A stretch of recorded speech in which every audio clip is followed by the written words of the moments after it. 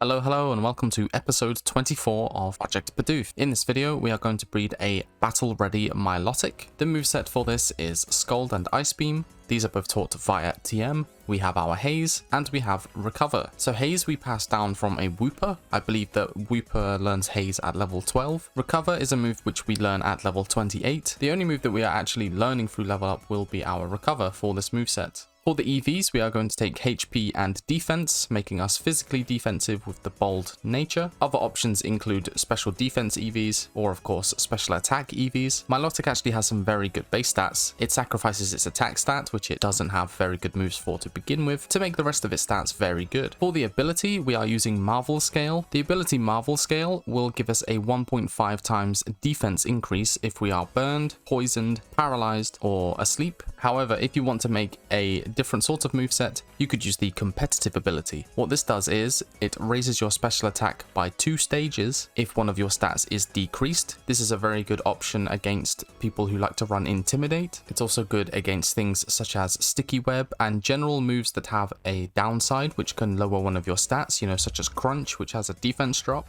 If you were to run competitive, you would run a much more offensive version. In my opinion, you don't have to. You could probably still invest a lot of health and maybe like a split between some defense and special attack. At the end of the day, it is up to you, but we are going to use Marvel Scale and we are going to combine it with the Flame Orb. What the Flame Orb does is if we are not statused, at the end of the turn, we will be burned.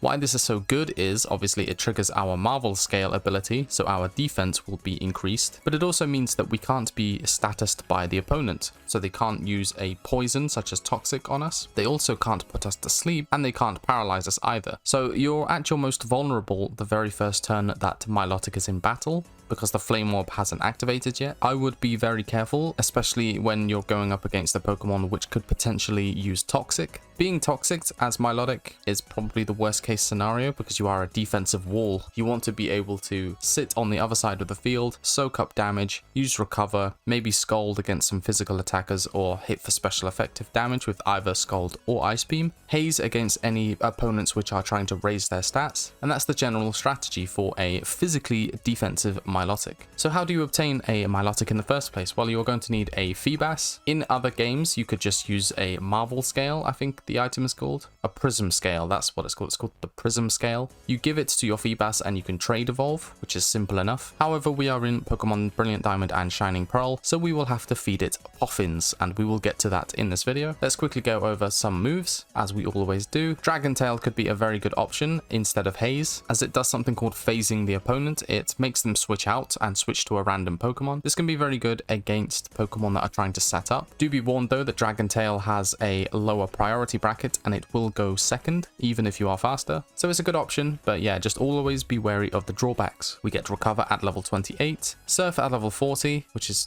kind of cool. If you just want a really strong water type move, of course, Hydro Pump is always on the table. However, I just think Scald is going to be the pound for pound winner when it comes to what we all choose. For our TMs, of course, Ice Beam is the MVP. Every single Pokemon, I swear, can learn Ice Beam. It can also learn Light Screen and Protect via TM, depending on what your moveset is going to be, or if you want to play doubles, these could be very interesting moves to take. And going on to egg moves, you could pass down Mirror Coat from a Corsola. We have passed down Haze from a Wooper. The other egg moves just don't seem to appeal too much to me personally. Particularly Hypnosis with the 60% accuracy is just, it hits or it doesn't, basically like flipping a coin, and I like some sort of consistency in my movesets personally. To evolve our Feebas into a Milotic, we need to make dry Poffins. Specifically, to make a dry Poffin, we need to use blue berries. So we have Chesto, Rost, Oron berries here. We also have Kelpsy. I think my recipe was 1 Kelpsy, 1 Bluck, 1 Raspberry, and 1 Wiki Berry. The reason that I used a Raspberry is because it's still a Poffin ingredient. It doesn't give it any sort of other stat. It's still going to be a pure dry Poffin. For the actual Poffin creation, it took me a few goes to get this right. I didn't really understand the mechanics properly, but what you really want to do is make sure that you're not spilling this broth while it's still like a liquid. Basically, you throw all your ingredients into a pan and then you rotate the stick. In this first half, you see that I'm trying to keep it from spilling over, so I won't go like really close, but I'm going to keep spinning, and then as soon as the lights around the outside turn to purple, that's when you can go as fast as you can, or as fast as you like, right? Because it won't spill over because the Poffin is starting to harden. So you just spin, you just So if you do this 2 times, because you get given 4 poffins, you can actually have enough beauty stats to fully evolve just like that. It was so simple. It was so much more simple than I actually anticipated. The only real downside to this process is you need to do a little bit of preparation. You need to get at least 2 of each berry that I mentioned. So that's Kelpsy, Bluck, Raz, and Wiki. I had like 20 of each because I thought it was going to take so much more, but it's actually a very simple process. All we have to do now is feed our poffins to our Feebas and watch its beauty stat increase. Here we go, here we go, here we go. Whoa! See how much it went up by just 1 poffin. Of course, we made 8 poffins from 2 attempts. This should be the very last poffin that we need to eat. Our sheen is around 4 out of 10, and we've maxed out our beauty. Basically, the sheen stat is how many poffins you are allowed to eat. If you make really good poffins, then it won't increase your sheen as much as bad poffins. So the aim of the game really is to make really strong poffins, use as little berries as possible, and it's relatively easy. Honestly, it's easier than I thought it would be. Once you have maxed out your beauty stats, all you need to do is make sure that your Feebas levels up. I was dreading doing this personally, but it was really easy. It was actually really easy. Maybe give it a try yourself. For the breeding process, I have my Wooper here. It knows Haze. We have a Feebas, specifically a female Feebas. We are looking for the ability Swift Swim when we are hatching eggs, because we want to be Marvel scale when we evolve into our Milotic. If you want the competitive ability, then you instead want your Feebas to have the Oblivious ability. At this point, of course, you want to lock in the bold nature, or whichever nature you want to choose. Maybe you want to be modest, and do some IV breeding with your Bidoofs, 5 or 6 IVs. Eventually, of course, you will have your 5 IV without the attack stat on a Feebas. I've evolved mine into a Milotic, as I have shown in the little clip before this. It's a bold nature, Marvel scale. It is maximum HP and defense EVs. And we have our Scald and Ice Beam, taught via TM. We have our Haze egg move,